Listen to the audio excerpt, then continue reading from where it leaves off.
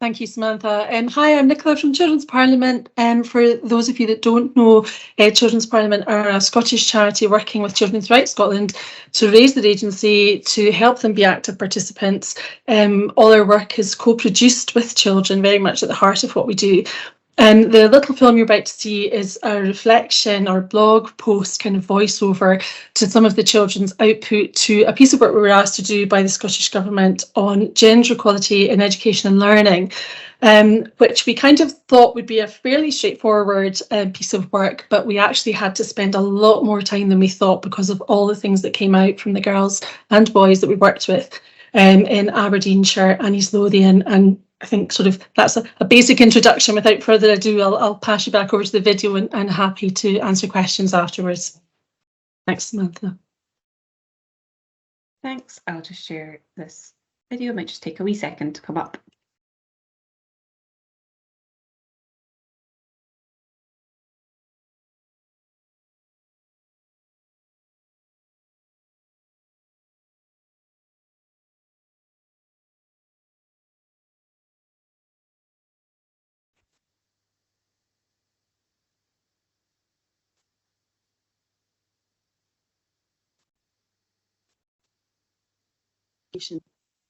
I sat in my car outside the school gates. I needed a minute to process what I had just heard. Some of the experiences of the girls I had met that morning were so upsetting.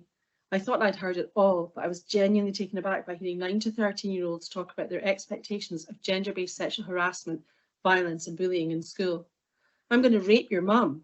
That's what boys write in our WhatsApp chats, an 11-year-old told me in our first session. They think that's funny, but it's disgusting. The same 11-year-old would later suggest in earnest that Father Christmas could help us get the important message of gender equality over to children when he delivered their presents. Like I say, I needed a minute. Every woman I know, without exception, has tales of being treated differently at school, of a lack of opportunities, of inappropriate teachers, and of sexual harassment, all rooted in gender inequality. When I was 14, I was the only girl in my year who was encouraged by our technical studies teacher to take woodwork beyond second year. Everyone thought it was hilarious and the boys were having none of it. Why would a girl do a qualification in woodwork? No way, we don't want a girl in our class.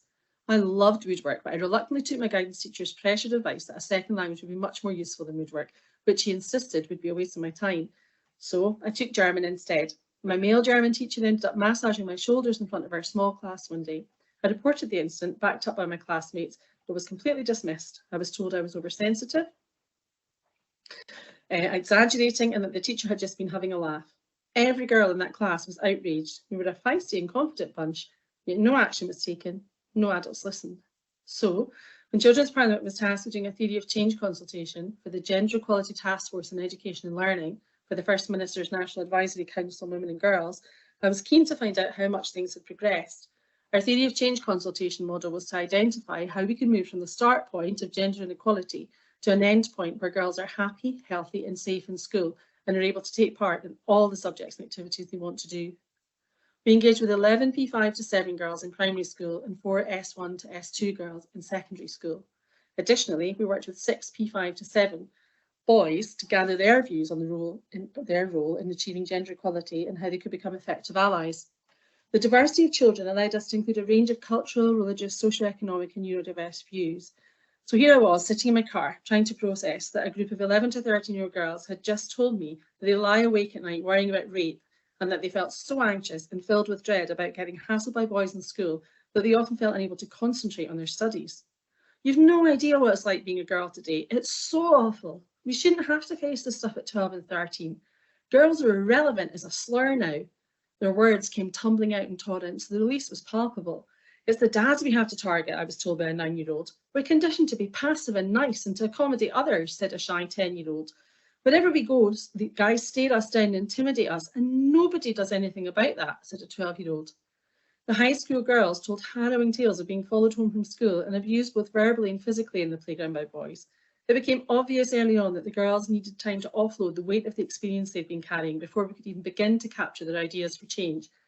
Why do we even have gender clothing toys? I'd love to play basketball and football every single day, but the boys just don't let us and won't give us a turn of the areas in the playground that we need. When did all this gender stuff start? I really wanted to take GDM, graphic design and manufacturing, but I would have been the only girl and I couldn't take the boys treating me badly, so I just thought no. My heart sank. All these years later, we're still not listening to our girls. When I asked if the girls were reporting these behaviours to school staff, the replies were consistent across settings and ages. Female teachers, they said, were on the receiving end of gender inequality themselves and so were powerless to act. And male teachers were dismissive of their complaints and minimised them. Nothing ever changed, so disempowered themselves, the girls had given up. While the girls were pessimistic about adults acting on their insights, they described our consultation as being more like a therapy session or a support system where they were not dismissed or judged, and all had a strong desire to keep participating and to be heard. There's clearly a desperate need for a safe space for girls to meet and talk about these issues. I was struck by the fact that the girls had already been discussing gender issues and impressed by the positive and clearly defined solutions they had already formulated to make education more equal for everyone. They knew what needed to be done, yet prior to this consultation, no one had asked their opinions or views on gender inequality. The girls told me repeatedly that they felt powerless and silenced, yet they were keen that we should not demonise boys as monsters. It's a wider societal problem. It's our brothers, fathers, cousins and sons. Adults need to stop pitting us against each other like bulldogs, a 10-year-old told me. An overarching theme of the consultation from all age groups was that girls realised that a lot of the gender inequality is not really the fault of boys. They realise that boys are under pressure to live up to stereotypes and think this is an issue that should be addressed by everyone, not just boys and men and not just at school. We need to educate boys at nursery so that by the time they get to school, they know sexist behaviour won't be tolerated. As the theory of change took shape, the younger girls started developing a range of different workshops for boys during our sessions. The intended outcome of these workshops was that boys would gain an understanding of how it feels to be a girl, with a view to both changing behaviour and getting boys on board as allies. There were so many great ideas flowing that we had to add extra sheets onto our theory of change props. As adults, we can learn so many lessons from the ways that children collaborate and workshop ideas together. As professionals, children can help make our jobs so much easier with their searing clarity and innovative ideas, unencumbered by the vagaries of adulthood. The boys we spoke with struggled to accept there was a problem. Not in this school, was the retort when we explained that the problem had already been identified and, using our theory of change model, we were now just seeking the boys' opinions on solutions. The younger boys were more open to the idea once the situation was explained to them, reinforcing the girls' opinions that we must educate boys from a young age or these views will continue to be passed down through the generations. There were wide-ranging conversations about gender identities, initiated by both the older and younger girls, who all said they had transgender friends who were severely affected by gender inequality. The girls questioned why pupils are told to split into gender groups at all and said they thought it was wrong that they were forced to choose a partner of the opposite sex for dancing. If you're non-binary and the class is split into boys and girls for activities, where do you go? Some of the girls we worked with were neurodivergent and reported that there were widely held gender misconceptions amongst teachers about neurodiversity that resulted in autistic and dyslexic girls being dismissed, misunderstood, and being denied the help that they needed. There's a lot of misunderstanding amongst teachers that girls can't even be autistic and that dyslexia is only a boys' thing. The girls said that teachers needed training in understanding dyslexic and autistic people and that all the positives of being neurodivergent should be explained to pupils. They believe these misconceptions sometimes prevent girls from getting appropriate support and contribute to anxiety and telling other pupils and adults about their needs. The solutions the girls came up with for our theory of change were thought-provoking, considered and innovative. Amongst them were regular mandated gender equality training for all school staff, promoting kindness and fostering better relationships and understanding between girls and boys, a national media campaign promoting gender equality in education and allowing girls themselves to run workshops where they taught boys face-to-face what it felt like to be a girl at school.